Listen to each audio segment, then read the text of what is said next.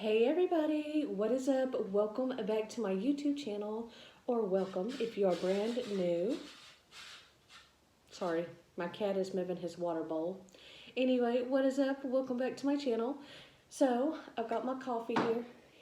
Oh, that was weird. I hope that's not a mouse. I got my coffee here. Is today Tuesday or Wednesday? I'm getting my days. I think today's Wednesday. Today's hump day. So welcome back. So as you can tell by the title, this is a Q&A.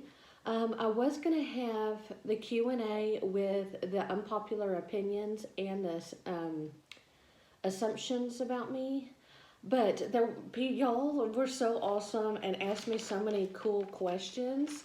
Then I'm just having this as a Q&A, and I will film an entirely different video where I go over the assumptions about me and unpopular opinions and say what if I agree or whatever. Yes. Once again, thank you. I'm in the kitchen, by the way. I'm in the kitchen right now. It's like 8 o'clock in the morning. My husband's in a deep sleep, so I'm trying to be as far away from him as possible because my voice does carry. So yeah, I thought I would answer these questions. Thank you for those people that asked questions. I asked on Instagram and YouTube what you would like to know, and y'all really came through for me, and I want to say thank you. And oh, make sure you are subscribed and hit the like button. And I know not everybody's into chatty videos, so I totally get it. Look out for the next couple of videos. Maybe they won't be so chatty. I think maybe it'll be a vlog or a grocery haul, so that may be up your alley more. Anyway, let's get into this Q&A. Okay, I'll just start with the first question. So, where did you meet your husband? So I actually had a whole video up about where I met my husband and how our like love story, and I guess I do have a regret because I regret taking that video down. But anyway, short answer is, where did you meet your husband? I met my husband online on AOL. Long time ago, many years ago. We met online in 2001. I was 18, 19 years old. That tells you how old I am now. Yikes. And but we didn't actually meet in person until we were 36 years old. So it's pretty crazy of a story. If you do want me to tell our whole story, let me know, and maybe I will film it one day. Okay. By the way, for those of you that don't know, I am a American Texan, and my husband is from Brazil, so he is not an American. Number 2, was it love at first sight? Well, I kind of had to laugh at that because my husband's very good looking, and we did exchange pictures when we were pen pals and stuff, and like we didn't have webcam. We didn't do webcam or anything like that, but we did. We're crazy. We're old fashioned. We wrote each other letters, and he sent me a picture of himself, and he's tall, dark, and handsome. So yeah, I like that. But I don't think I've ever revealed this in a video. But right before he was coming to meet me here, coming to my city, he got a really bad haircut, and like the haircut was just like too. It was they just cut off too much, and it totally changed his look. And he sent me a picture of it. And to be honest, I found out later he wasn't happy with the haircut either.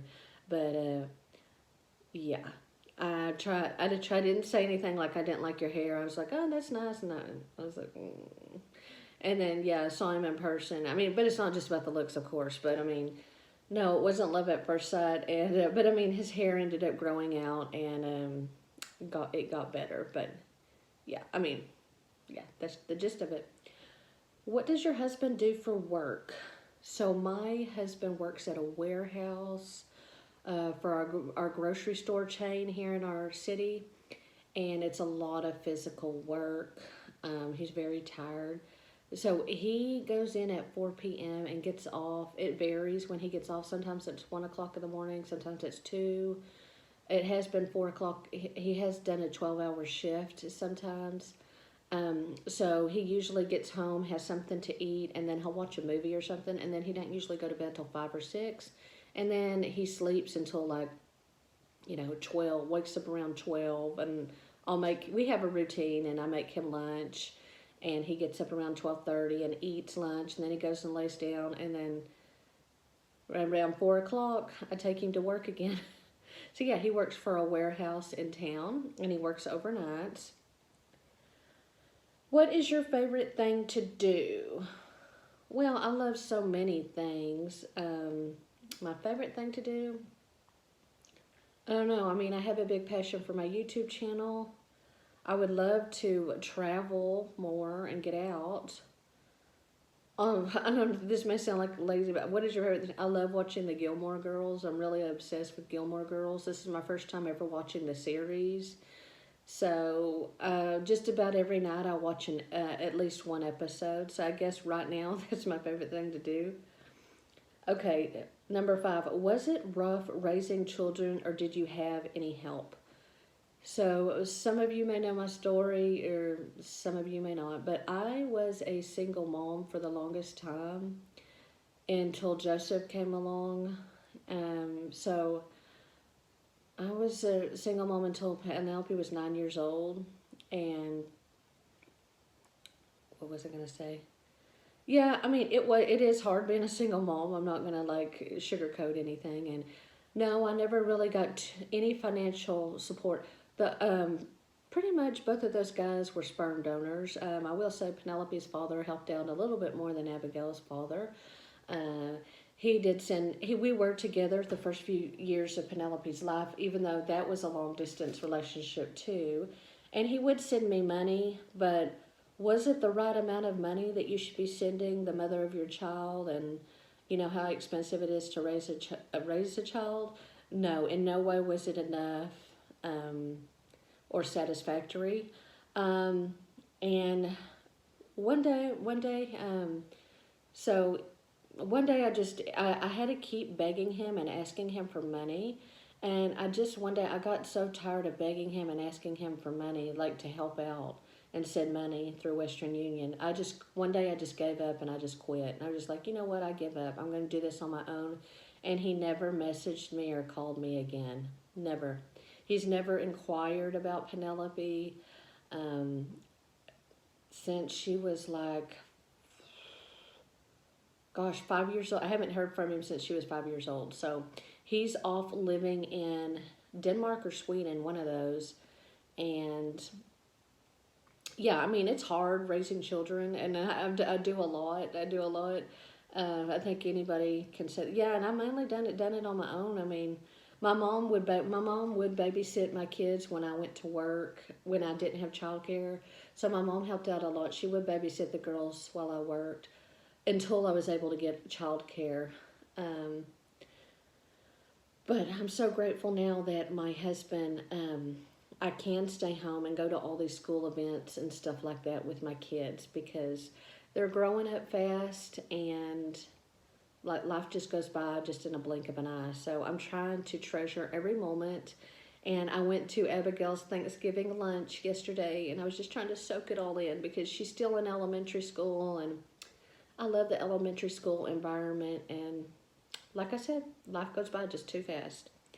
Okay, what motivated you to start a YouTube channel?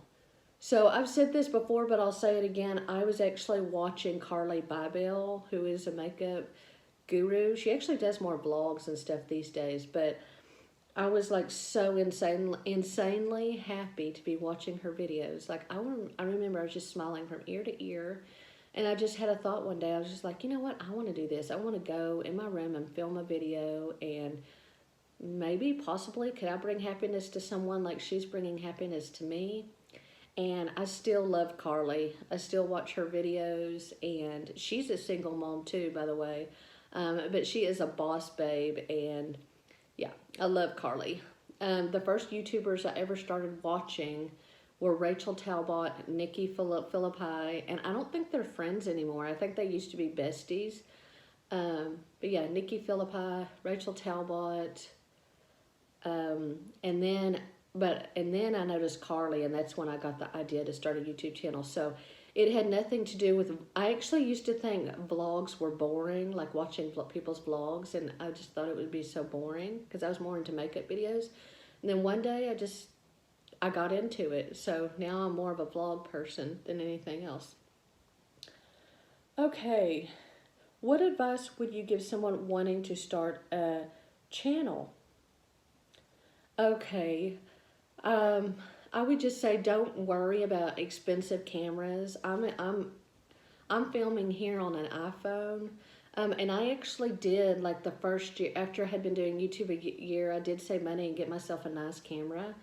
But to be honest, I don't know how to use it properly, and I would get confused. So I just went back to my iPhone. It's just easier for me.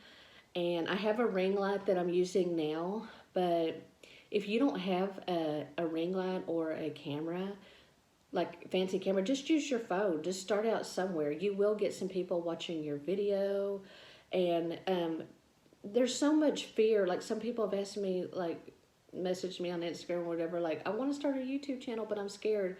Like, girl, just do it. Just go for it, because there's no time like now. I mean, you just kind of got to slap fear in the face and just do it and start filming. And the best part about YouTube is I've made so many wonderful friends and be connected with people all over the world. So yeah, just start it now. Start filming yourself. You don't even, like, for your first video, you could just do an intro and just say, hey, this is my name, and some facts about yourself. That's what I did. If you go back and look at my first video,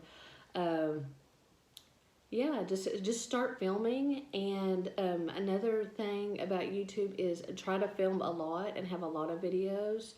Don't do just one video a week. You need to be consistent when you're doing YouTube. So more people know who you are. You get more connections. What else about YouTube? I want to say the biggest thing about YouTube was some people give up, and it's really sad, and it's affected me too before, is a lot of YouTubers will compare themselves to other people. Like, if you see another person growing faster than you, getting more subscribers and stuff like that, like, that is the worst thing that you can do, is compare yourself to other people. Like, you're on your own path, and you'll get there when you're supposed to get there. And yeah, don't compare yourself to anybody else. Like my husband says, you're your own star and you're shining the way you're supposed to shine. And yeah, I think that's why a lot of people quit YouTube. They compare themselves to other people. And don't do that. Just be yourself and do you, and you will have an audience. So yeah, like I said, just start now. Get your phone, start now. Say some facts about yourself. Connect with other YouTubers. Be consistent. Have 2 or 3 videos going up a week, I would suggest. Comment back. Like, I think I understand about not commenting right away because life can get busy, but try to comment back to everybody that comments on your video. Say thank you, have manners, be polite, kill them with kindness. Yes. What is another one? And then the next question was, how do you stay motivated to keep doing YouTube? And I honestly try not to get YouTube burnout. Like, if I just work myself too hard and do too many if I do too many videos and stuff, like, I just will get a burnout. So I try to pace myself, and like, there's some nights where I'll just, like, because I've gotten a lot in my head, because it's not just YouTube. I'm a mom and a wife, and I've got to clean, and I've got to do other stuff. And sometimes I just say to myself, no, tonight, Tiffany, you're not going to do anything YouTube related. You're just going to go and rest or go do something with the girls. And, I think you got to pace yourself, and sometimes even don't overdo it, I would say. Don't overdo it, because... Oh, and another thing that keeps me motivated, because, I'll be honest, I've had thoughts of maybe I should quit and stuff, because keeping up with YouTube is hard. It really is. There's a lot that goes into YouTube if you're a creator. I've had the thought to give up and stuff, but the thing that keeps me coming back is I'll get a comment and someone says they love my videos, or honestly, you guys that comment on my videos, y'all keep me coming back and keep me wanting to do the videos. And also, I still have, the passion hasn't burned out in me. I still have a passion for YouTube. I still love making videos. So, yeah, as long as I still have that passion there, I'll keep making videos. Now, there may be one day where I get a job or I get busier with something else, so the videos may go down. But I'll at least always try to get up one video up a week. Um, but yeah, like I said, if you're really trying to go for YouTube hardcore and make money off of it, I would definitely try to upload a lot and get your name out there. Out there. Okay, what do you like to do when you're not filming? Honestly, just be with my family, be with my girls, go shopping. Um, I just I love to be with family, be at home, watch movies, um, disappear into another world. Um, yeah. What's your hobbies? Obviously, YouTube. Can you call watching movies a hobby? Shopping. Um, if I could, I would say traveling if I could afford it because I love to travel. Um, I don't know. It's just pretty much being with family. I wouldn't say that I have too many hardcore hobbies. I enjoy sports. I enjoy all kinds of music. So, yeah. What is your favorite thing to do with your girls? Honestly, I just love any time I'm with my girls as long as they're not fighting. They do have like opposite personalities, so they do tend to fight a lot. Penelope's more of the organized one, and Abigail's kind of more like me. She's the free spirit, so they kind of can clash sometimes, but when they get along, it's wonderful. This past weekend we went to shopping. Well, we went window shopping so we could go back and shop, and we went to Kohl's, Big Lots, and Dollar Tree. Well, I shared a Dollar Tree haul, but yeah, it was just fun looking at what Christmas stuff they had out, and um, uh, yeah, and just being with my girls and laughing. I'm like, oh, that's new, like, cause we had not been to Kohl's in like, God's over six. I don't think I've been to Kohl's in like over a year. So I mean, it was fun to go and look around, and that's kind of the fun thing about having daughters too, is just doing all that stuff that maybe boys wouldn't like to do. The next question is, when did you move out on your own? So I actually moved out pretty soon after I graduated high school. I think it was October of the year. It was in 2001, and that's when all that tragedy happened with 9/11 and stuff. So I moved out on my own in the same year I graduated in October 2001. And I was kind of forced out. My dad just believed that he was real structured. He just believed once you're out of high school and um, you need to be out on your own and stuff like that. So I got an apartment close to my work. I worked at the mall, and yeah, and actually it was my dad did a lot of tough love and stuff like that, which looking back was kind of good. But the first apartment I got, I could barely afford. And luckily, that's when Dollar Trees just started. I had a Dollar Tree just open, and that's when Dollar Trees were brand new, and it just started to open by my apartment. But I could it was a treat to go to Dollar Tree and get a few things for my apartment. I could barely afford that apartment, barely. I was barely making it. Like after my paycheck, I barely had anything left over. So I would say that apartment I got was probably too expensive. It was a one bedroom, but I guess because it was close to the mall, it was expensive. So, yeah, he also like believed in like working too. So when I was 17 and a junior in high school, I got my first job at Libby's cafeteria, and but I did quit my senior year, which he agreed about, so I could enjoy my senior year.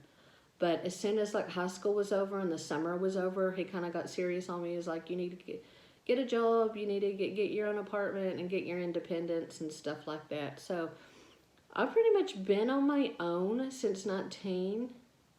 But there were a few times that did go. My mom and dad later did divorce, so I did later go back and live with my mom for a while. And my mom was a godsend. She helped when I was pregnant with Abigail. I was living in an apartment at that time, and she just said, "Hey, we can help each other out. So you come and live with me." And yeah, crazy. So I don't know. I think I'm pretty strong because I've been through a lot of stuff. As a single mom and living on my own. And I actually did go through a small part. I don't think I ever shared this, but I did go through a small part of my young life when I was in my 20s where I was homeless and I was kind of like, what do you call couch surfing? I was staying at different people's houses, like just going from house till I finally got an apartment. So that was kind of a rough time, and there was some problems with me and my dad, rough times. But I think that he's changed a lot he's changed. I don't believe that people can't change. I do believe that people can change because I've seen it. So because I grew up with my parents not really saying I love you and stuff like that. And now my dad is constantly saying he loves me, and he always says send my love to the girls, and so I do believe people can change, and can improve. So yeah, our relationship is much better these days, but we definitely went through a rough time. And yeah, I've been pretty open about that. Okay, so when did you move out on your own? I got that. Okay, the next question is, I forgot that one.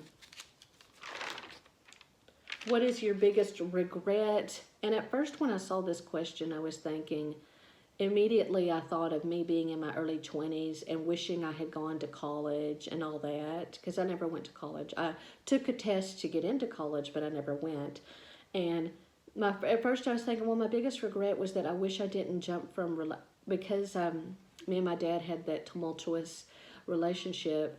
I was kind of, I don't want to totally blame my dad, but I was kind of going from man to man because I was trying to find that security and going from bad relationship to bad relationship.